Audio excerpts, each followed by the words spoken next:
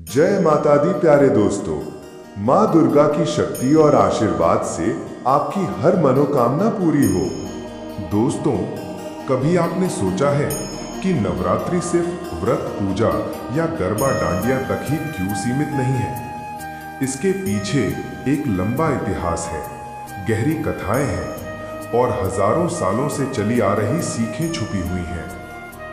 आज हम जानेंगे नवरात्रि का पूरा इतिहास, शुरुआत से लेकर देवी दुर्गा के महिषासुर वध तक। और हाँ, अगर आपको ये जानकारी पसंद आए तो वीडियो को लाइक, शेयर और सब्सक्राइब जरूर करें, ताकि ये ज्ञान आपके दोस्तों और रिश्तेदारों तक भी पहुंच सके। अब चलिए शुरू करते हैं हमारी कहानी। बहुत समय पहले तीनों लोग, स्वर्ग, पृथ्वी और पाताल, शांति और संतुलन में भरे हुए थे। लेकिन अचानक स्वर्ग और पृथ्वी पर एक असुर का आतंक फैल गया। उसका नाम था महिषासुर। महिषासुर का जन्म राक्षस कुल में हुआ था, लेकिन उसकी कहानी साधारण नहीं थी। जन्म से ही उसमें असाधारण शक्ति और साहस था। उसके पिता चाहते थे कि वो एक साहसी, परिपक्व और न्यायप्रिय योद्धा बने, लेकिन महिषासुर का मन हमेशा शक्ति पाने और प्रभुत्व स्थापित करने की लालसा में भरा रहता था। बचपन में महिषासुर स्वाभाविक रूप से शांत और मासूम था। वो खेल कूद करता, अपने गुरु और माता पिता के मार्गदर्शन में सीखता, लेकिन जैसे जैसे उसकी शक्ति बढ़ी, उसी अनुपात में अहंकार और लालच भी बढ़ने लगे। उसके मन में ये भावना जागी कि केवल शक्ति ही सर्वोपरि है, और यही विचार धीरे धीरे उसे बुराई की ओर ले गया। महिषासुर की महत्वाकांक्षा देवताओं तक पहुंच गई। उसने ब्रह्मा, विष्णु और महादेव की तपस्या की। तपस्या इतनी गहन और गंभीर थी कि देवता उसकी भक्ति और शक्ति से प्रभावित हुए। उन्होंने उसे वरदान दिया कि कोई भी देवता, असुर या मानव उसे कभी नहीं मार सकता। ये वरदान महिषासुर के अहंकार का सबसे बड़ा कारण बन गया, और उसने इसका इस्तेमाल अपने प्रभुत्व और अत्याचार फैलाने के लिए शुरू कर दिया। महिषासुर का व्यक्तित्व जटिल था। वो शक्तिशाली था, साहसी था, लेकिन अहंकार और लालच उसके हर निर्णय में झलकता था। तीनों लोकों में उसने आतंक फैलाना शुरू कर दिया। देवता असहाय होकर त्राही त्राही करने लगे। अत्याचारों के कारण देवताओं ने अपनी शक्तियों को मिलाया, और उसी संयुक्त शक्ति से प्रकट हुई माँ दुर्गा। माँ दुर्गा सभी देवताओं की शक्ति से उत्पन्न हुई। उनका रूप दिव्य और भव्य था। 10 हाथों में, हर हाथ में अलग अस्त्र शस्त्र, त्रिशूल, चक्र, गदा, तलवार, धनुष बाण। हर अस्त्र उसके भीतर समस्त देवताओं की शक्ति का प्रतीक था। माँ दुर्गा का जन्म ये सिखाता है कि जब सभी सकारात्मक शक्तियां मिलकर काम करती हैं, तो बुराई को परास्त किया जा सकता है। महिषासुर ने जब देवी को देखा तो वो हंसने लगा और सोचा, कोई स्त्री मुझे कैसे हरा सकती है? लेकिन ये उसका सबसे बड़ा भ्रम था। माँ दुर्गा और महिषासुर के बीच युद्ध शुरू हुआ। ये युद्ध लगातार 9 दिनों तक चला। महिषासुर ने अपने वरदान का इस्तेमाल करके कई रूप बदले, कभी भैंसा, कभी हाथी, कभी सिंह और कभी योद्धा। लेकिन हर बार देवी ने अपनी बुद्धि, शक्ति और साहस का प्रयोग करके उसे परास्त किया। 9वें दिन महिषासुर की अंतिम हार हुई। देवी ने उसे परास्त कर बुराई पर अच्छाई की विजय स्थापित की, और इसी दिन को हम दशहरा के रूप में मनाते हैं। ये दिन हमें सिखाता है कि चाहे शक्ति कितनी भी बड़ी हो, यदि वो अहंकार और बुराई में लिप्त हो, तो अंततः उसका विनाश निश्चित है। नवरात्रि में माँ दुर्गा के 9 रूपों की पूजा होती है। शैलपुत्री, ब्रह्मचारिणी, चंद्रघंटा, कूष्मांडा, स्कंद माता, कात्यायनी, कालरात्रि, महागौरी और सिद्धिदात्री। प्रत्येक रूप अपने आप में विशेष है। कुछ ज्ञान और तपस्या का प्रतीक है, तो कुछ शक्ति और साहस का।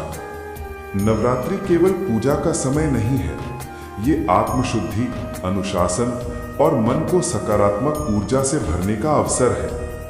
उपवास और सात्विक भोजन से शरीर और मन शुद्ध होते हैं।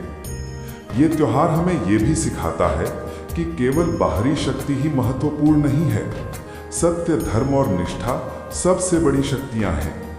नवरात्रि का उद्देश्य केवल देवी की पूजा नहीं, बल्कि अहंकार, लालच और बुराई के खिलाफ हमारी आंतरिक लड़ाई को भी जागृत करना है।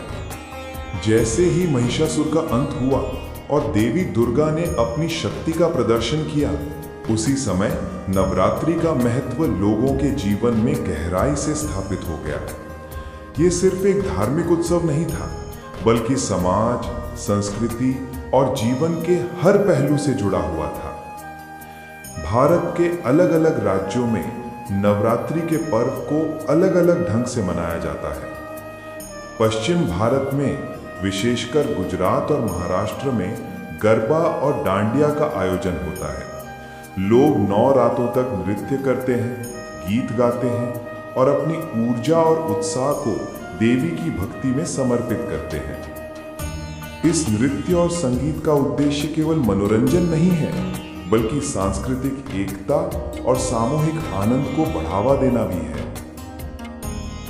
वहीं पूर्वी भारत के राज्यों जैसे बंगाल, ओडिशा और असम में दुर्गा पूजा अत्यंत भव्य तरीके से मनाई जाती है। यहाँ बड़े बड़े पंडाल बनाए जाते हैं, जिनमें देवी दुर्गा की मूर्तियां स्थापित होती हैं।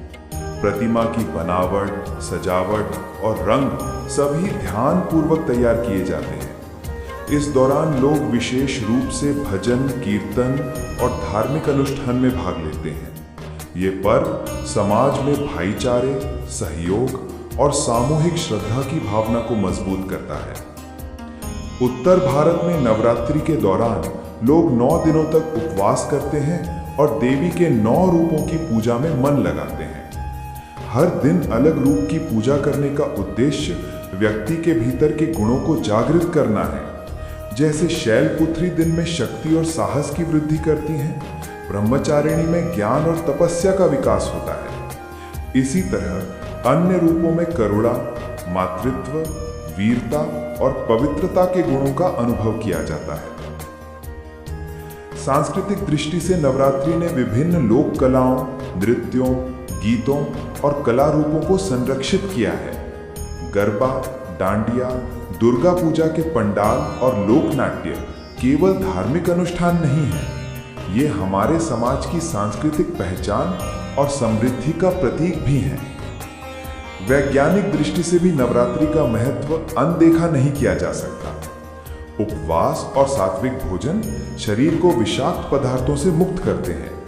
नवरात्रि के दौरान अधिकांश लोग मसालेदार, भारी और तैलीय भोजन से परहेज करते हैं, जो पाचन और स्वास्थ्य के लिए लाभकारी है। इसके साथ ही ध्यान और पूजा से मन में सकारात्मक ऊर्जा और मानसिक शांति आती है।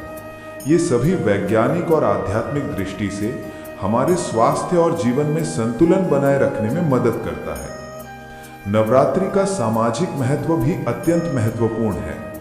ये पर्व लोगों को सद्भाव, सहयोग और सामूहिक प्रयास की भावना सिखाता है। गांव और शहर सभी जगह लोग एकजुट होकर उत्सव मनाते हैं। विभिन्न समुदायों और उम्र के लोग एक साथ आते हैं, नृत्य करते हैं, पूजा करते हैं और आपसी सहयोग को बढ़ावा देते हैं। यही कारण है कि नवरात्रि केवल धार्मिक उत्सव नहीं, बल्कि सामाजिक समरसता और मानवता का प्रतीक भी है। आध्यात्मिक दृष्टि से नवरात्रि हमें यह संदेश देती है कि हमारे अंदर भी देवी की तरह शक्ति, साहस और धैर्य है।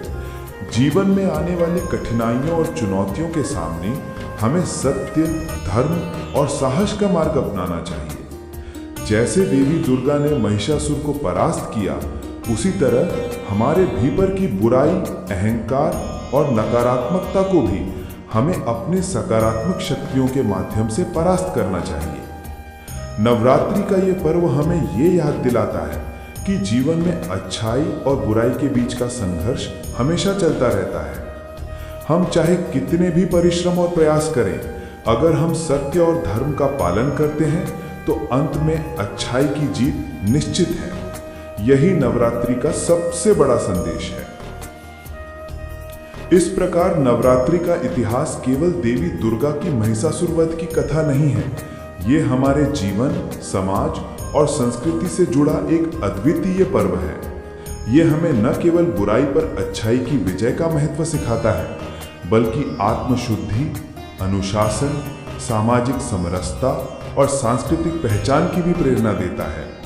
तो दोस्तों, आज हमने जाना कि नवरात्रि का इतिहास, महिषासुर और देवी दुर्गा की कथा, 9 रूपों की पूजा, सांस्कृतिक और सामाजिक महत्व, वैज्ञानिक और आध्यात्मिक लाभ, सब कुछ कैसे हमारे जीवन में एक गहरे संदेश के रूप में मौजूद है। अगर आपको ये वीडियो पसंद आया हो तो लाइक, शेयर और सब्सक्राइब करना ना भूलें, ताकि ये ज्ञान और ये प्रेरणा आपके दोस्तों और परिवार तक भी पहुंच सके।